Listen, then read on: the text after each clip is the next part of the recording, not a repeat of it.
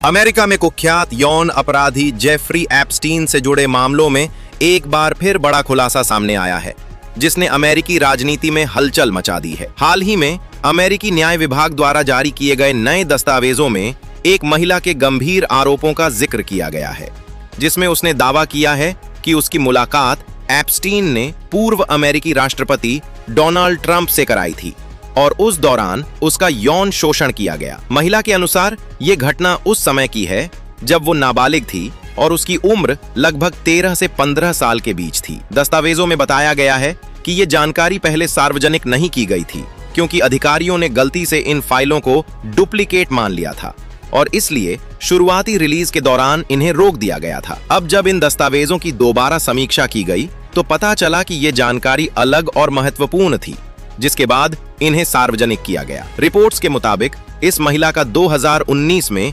FBI द्वारा कई बार interview लिया गया था, जिसमें उसने विस्तार से बताया कि किस तरह एप्स्टीन प्रभावशाली लोगों से उसकी मुलाकात कराता था। FBI ने इस महिला के कुल 4 इंटरव्यू रिकॉर्ड किए थे, लेकिन जब पहली बार एप्स्टीन से जुड़े दस्तावेज जारी किए गए तो उनमें केवल एक इंटरव्यू का सारांश ही सामने आया, जिसमें मुख्य रूप से एप्स्टीन के खिलाफ आरोपों का जिक्र था। बाकी 3 इंटरव्यू के सार्वजनिक न होने पर मीडिया और राजनीतिक हलकों में सवाल उठने लगे थे कि क्या महत्वपूर्ण जानकारी को जानबूझकर छिपाया गया है। अब अधिकारियों का कहना है कि इन इंटरव्यू को गलती से डुप्लीकेट मान लिया गया था और इसी वजह से इन्हें पहले जारी नहीं किया गया। हालांकि अब ये दस्तावेज सामने आने के बाद मामला फिर से राजनीतिक विवाद का रूप ले चुका है। अमेरिका की विपक्षी पार्टी डेमोक्रेटिक पार्टी के नेताओं ने इस पूरे मामले को लेकर ट्रंप प्रशासन पर गंभीर सवाल उठाए हैं। उनका आरोप है कि एप्स्टीन जांच से जुड़ी कुछ ऐसी जानकारियां दबाने की कोशिश की गई जो ट्रंप को राजनीतिक रूप से नुकसान पहुंचा सकती थी। विपक्ष का कहना है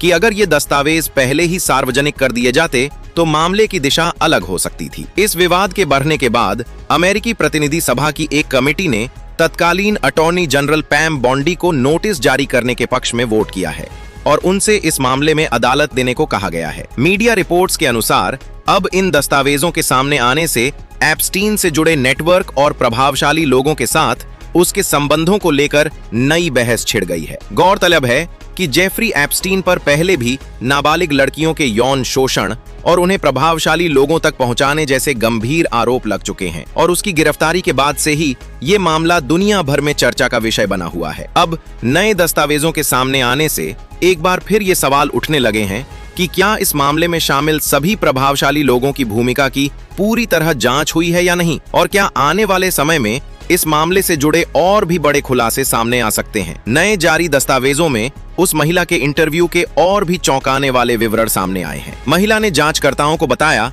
कि जेफरी एप्स्टीन उसे एक बार न्यूयॉर्क या न्यू जर्सी लेकर गया था, जहां उसकी मुलाकात पूर्व अमेरिकी राष्ट्रपति डोनाल्ड ट्रंप से कराई गई। महिला के मुताबिक उस मुलाकात के दौरान ट्रंप ने उस पर शारीरिक संबंध बनाने के लिए दबाव डाला था। उसने दावा किया कि जब ट्रंप जबरदस्ती करने की कोशिश कर रहे थे तो उसने आत्मरक्षा में उन्हें काट भी लिया था। महिला ने यह भी कहा कि इस घटना के बाद से वो लंबे समय तक डरी और मानसिक दबाव में रही। उसके अनुसार पिछले कई वर्षों में उसे और उसके करीबियों को चुप रहने के लिए कई धमकी भरे फोन कॉल भी मिले थे।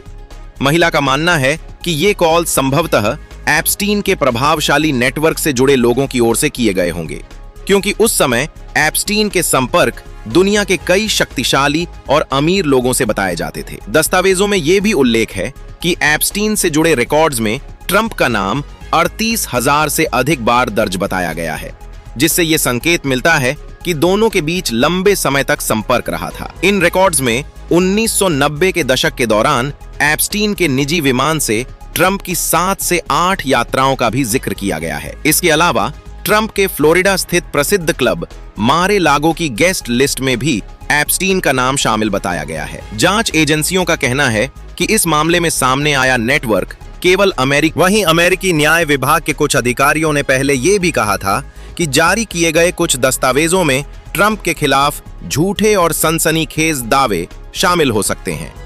दूसरी तरफ अमेरिका की विपक्षी डेमोक्रेटिक पार्टी के कई नेताओं ने आरोप लगाया है कि ट्रंप प्रशासन ने एप्स्टीन जांच से जुड़ी कुछ संवेदनशील जानकारियों को छिपाने की कोशिश की, जो ट्रंप के लिए राजनीतिक रूप से नुकसानदेह हो सकती थीं। इस पूरे मामले की जड़ें काफी पुरानी बताई जाती हैं। वर्ष 2005 में फ्लोरिडा में एक 14 वर्षीय लड़की की मां ने पुलिस में शिकायत दर्ज कराई थी कि एप्स्टीन ने मसाज के बहाने उसकी बेटी का यौन शोषण किया। इस शिकायत के बाद जब जांच शुरू हुई तो कम से कम 30 नाबालिग लड़कियों के बयान सामने आए जिन्होंने एप्स्टीन पर इसी तरह के आरोप लगाए थे, और यहीं से दुनिया के सबसे चर्चित यौन शोषण और मानव तस्करी मामलों में से एक की परतें खुलनी शुरू हुईं। एप्स्टीन मामले की समय रेखा को देखें तो ये विवाद वर्षों तक अलग अलग चरणों में सामने आता रहा। वर्ष 2006 से 2008 के बीच अमेरिकी अभियोजन पक्ष ने जेफरी एप्स्टीन को एक विवादित प्ली डील दी, जिसके तहत वह फेडरल ट्रायल से बच गया और उसे सिर्फ 13 महीने की अपेक्षाकृत हल्की सजा मिली। साथ ही दिन में जेल से बाहर काम करने की अनुमति भी दी गई। उस समय इस समझौते को मंजूरी देने वाले अभियोजक एलेक्स अकोस्टा थे, जो बाद में 2017 में पूर्व अमेरिकी राष्ट्रपति डोनाल्ड ट्रंप के पहले कार्यकाल में श्रम मंत्री बने। इस डील को लेकर लंबे समय तक विवाद बना रहा, क्योंकि आलोचकों का कहना था कि इससे एप्स्टीन को बहुत बड़ी राहत मिल गई और कई पीड़ितों को न्याय नहीं मिल सका। 2009 से 2015 के बीच जेल से बाहर आने के बाद भी एप्स्टीन की गतिविधियां पूरी तरह खत्म नहीं हुई।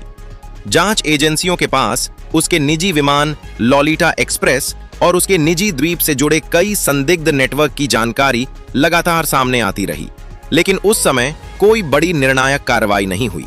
बाद में 2017 और 2018 के दौरान वैश्विक स्तर पर शुरू हुए #MeToo मूवमेंट ने इस मामले को एक बार फिर सुर्खियों में ला दिया। कई पीड़ित महिलाओं ने सामने आकर गवाही दी और इससे एप्स्टीन के प्रभावशाली संपर्कों और नेटवर्क को लेकर नई जांच शुरू हुई।